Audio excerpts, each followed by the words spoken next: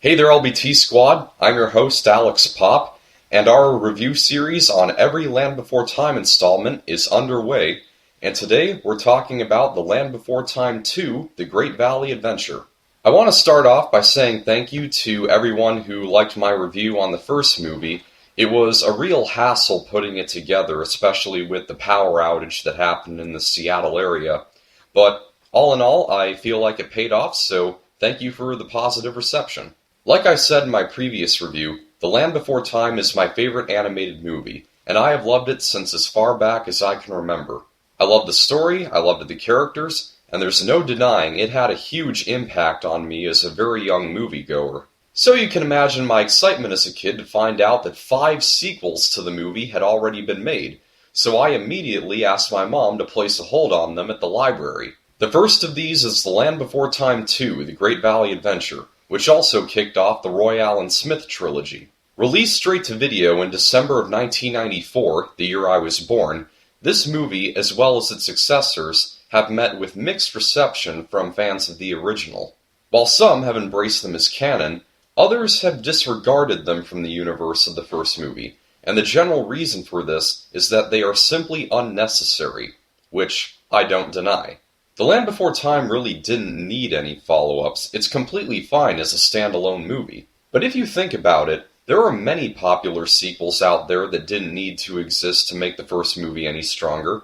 For example, Toy Story was a groundbreaking animated film that worked on its own without any follow-ups. But still, we got Toy Story 2 and 3.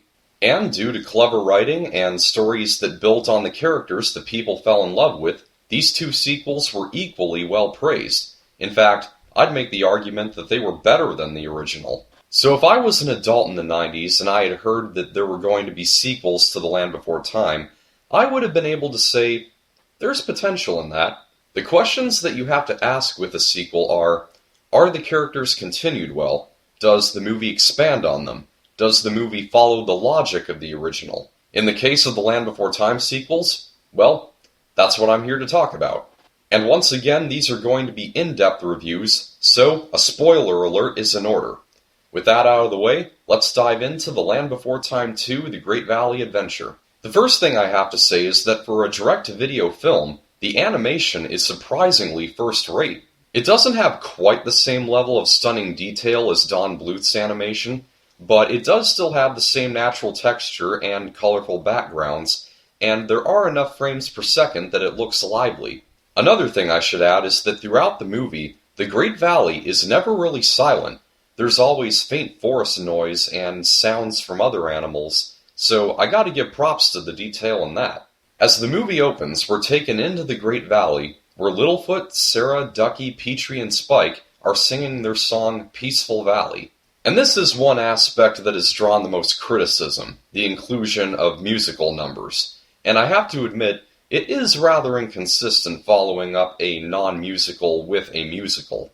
That being said, the opening song does make for a good segue from the last movie to this one, as the lyrics suggest that the movie takes place very shortly after the end of the original, and that the kids are now living new lives in the place that they finally made it to. We have mostly new voice actors in this film, the only exception being Candace Hudson reprising her role as Sarah, but the replacements they had to get, they all do a very good job. Veteran voice actor Jeff Bennett voices Petrie with the nasal consonants to Will Ryan. The new voice of Ducky is Heather Hogan, who rightfully puts the innocence into the character that Judith Barcy did. Scott McAfee voices Littlefoot in the Royale and Smith trilogy, and out of all of the voice actors for him in the entire series, he's probably my favorite, sounding masculine enough in the high voice that Littlefoot is known to have. So on this day, the gang tries to get to the sheltering grass to play, but they land in the tar pit that surrounds it. Fortunately, the adults come in and save them, but they get chastised for disobeying the rule of asking for help across the tar pit. We then get introduced to the villains, Ozzy and Strut, a pair of Struthiomimus brothers. Ozzy is the second character in the movie to be voiced by Jeff Bennett, who I think they hired because Tim Curry wasn't available, so they had to get someone who could imitate his extremely likable villain voice. Rob Paulson is the voice of Strut, using the voice that he used for Pinky in Pinky and the Brain. "What are we going to do tonight, Ozzy?" "The same thing we do every night, Strut." Try and take some eggs. Now Ozzy and Strut are fun, and their song Eggs is the catchiest song in the movie, but they're still pretty one-dimensional villains. Ozzy is really fond of eating eggs, while Strut loves to graze on plants, much to Ozzy's annoyance. This always raised questions for me as a kid. What does Ozzy have against his brother eating foliage? Is he just really traditional when it comes to his species? And when Littlefoot and his friends make him lose the egg that he stole later in the movie, what makes him so persistently vengeful towards them? He could just not bother and just get another egg. If they ever make a second season in the TV series, I'd like to see an episode where we learn more about the guy. During a night that Ozzy and Strut go out to steal an egg, Sarah wakes up Littlefoot, Ducky, Spike, and Petrie and tells them that she's sick of being treated as a hatchling and tries to work out a plan to go on strike. Littlefoot is tired of being a kid, but he's still somewhat opposed to the plan. But when they notice Ozzy and Strut walking away from Ducky's nest with an egg, they all see this as an opportune time to prove themselves independent. They chase them across the valley and into the mysterious beyond, the land outside of the Great Valley. Something else I never understood is why the Great Valley dinosaurs refer to the land outside as the mysterious beyond. They used to live in that land, so what's so mysterious about it? Is the Great Valley just so great that after a mere few days of living there, they've forgotten about their lives before their arrival? That's the only explanation I can think of. Whatever the case, the gang chases Ozzy and Strut into a cave, where the darkness causes everyone to panic and run amok, resulting in a landslide. This leads to an absurd plot convenience. The egg survives and actually rolls back safely into Ducky's nest. Yes, an egg survived a huge landslide, which, by the way, didn't wake anyone up in the Great Valley, and coincidentally returns to the nest that it came from without as much as a scratch. Well, okay, maybe there was a scratch, but you see my point. So the gang lands in the mysterious beyond relatively unharmed, but Ducky begins to fear that the egg did get crushed, and what follows is the best character continuation in the movie. Littlefoot tries to comfort Ducky by saying that it's all part of the great circle of life. In just one little line, we know that Littlefoot has taken something away from the experience he had in the first movie. He learned that tragedy is part of life, and now he's trying to pass on what he learned to others. Even if it is just one line, I think it's been given less credit than it deserves. Anyway, they all rejoice when they come across a large egg that they mistake for the one that Ozzy and Strut stole. The five manage to bring it home again, only to find that all of Ducky's eggs are in the nest where they should be. Believing that Ducky's egg was there all along, they come to the conclusion that Ozzy and Strut must have stolen this one from a different nest. They start to think that it might be fun to raise the hatchling as their own, so they stand around the egg waiting for it to hatch. But having gotten the egg from the mysterious beyond, it hatches into a baby sharp-tooth. While the others immediately run away, Littlefoot realizes that he doesn't seem so dangerous.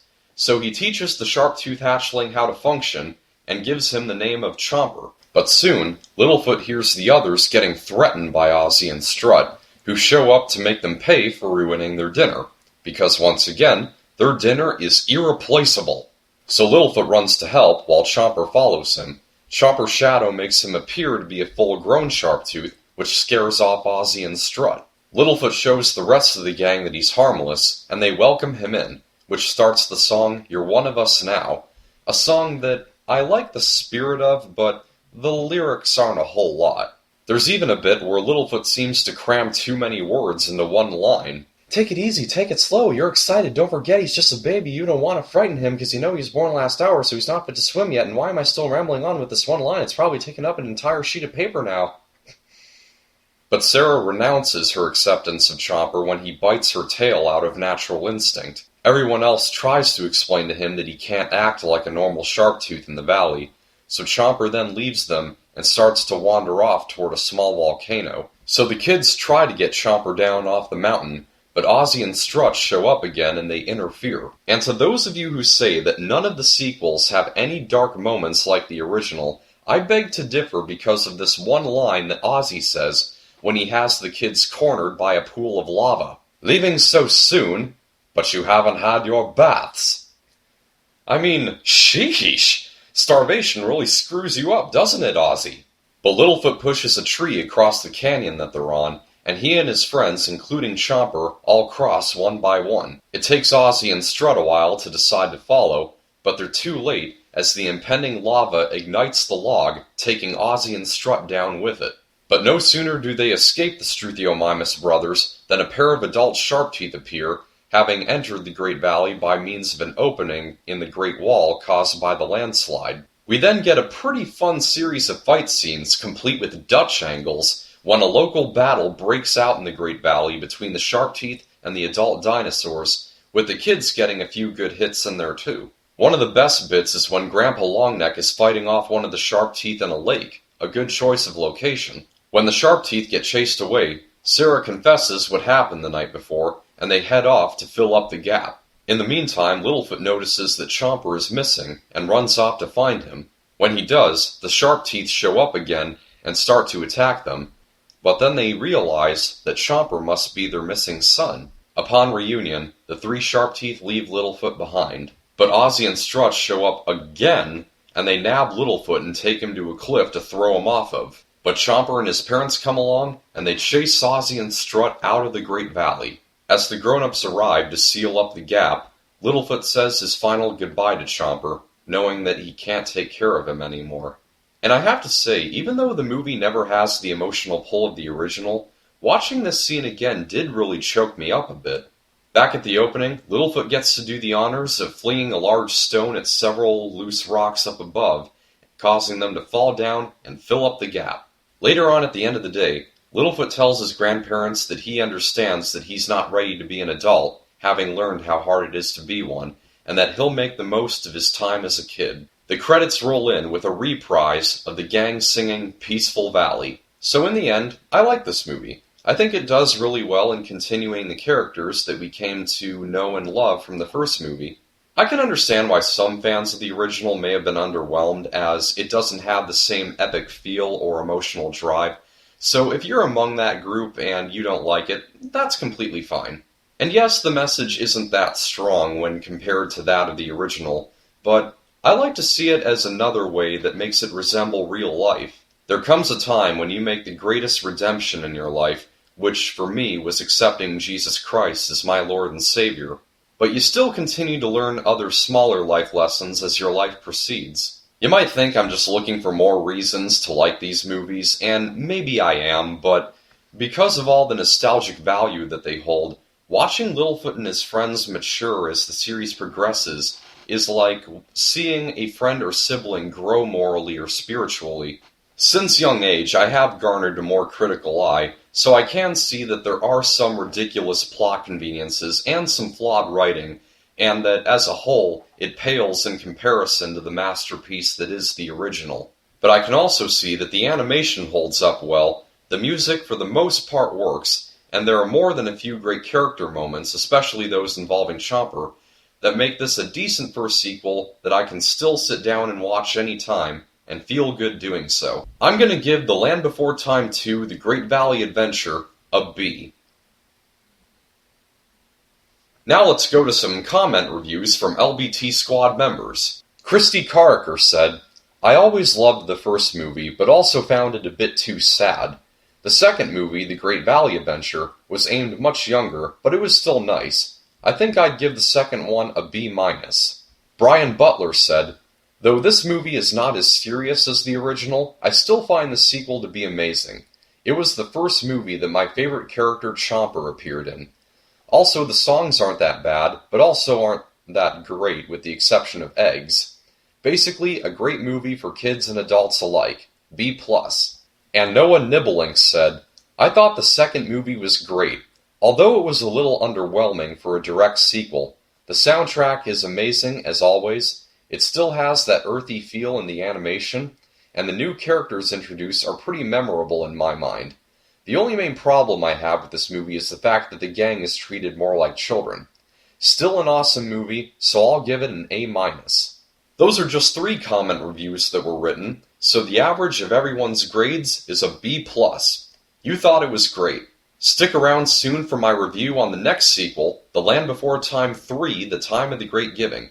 To share your opinion on this movie, leave a review as well as your letter grade in the comments below, and have them featured in the video. That's a wrap for now. If you liked this and you want to see more, slap the like button, subscribe for future videos, and follow us on Facebook.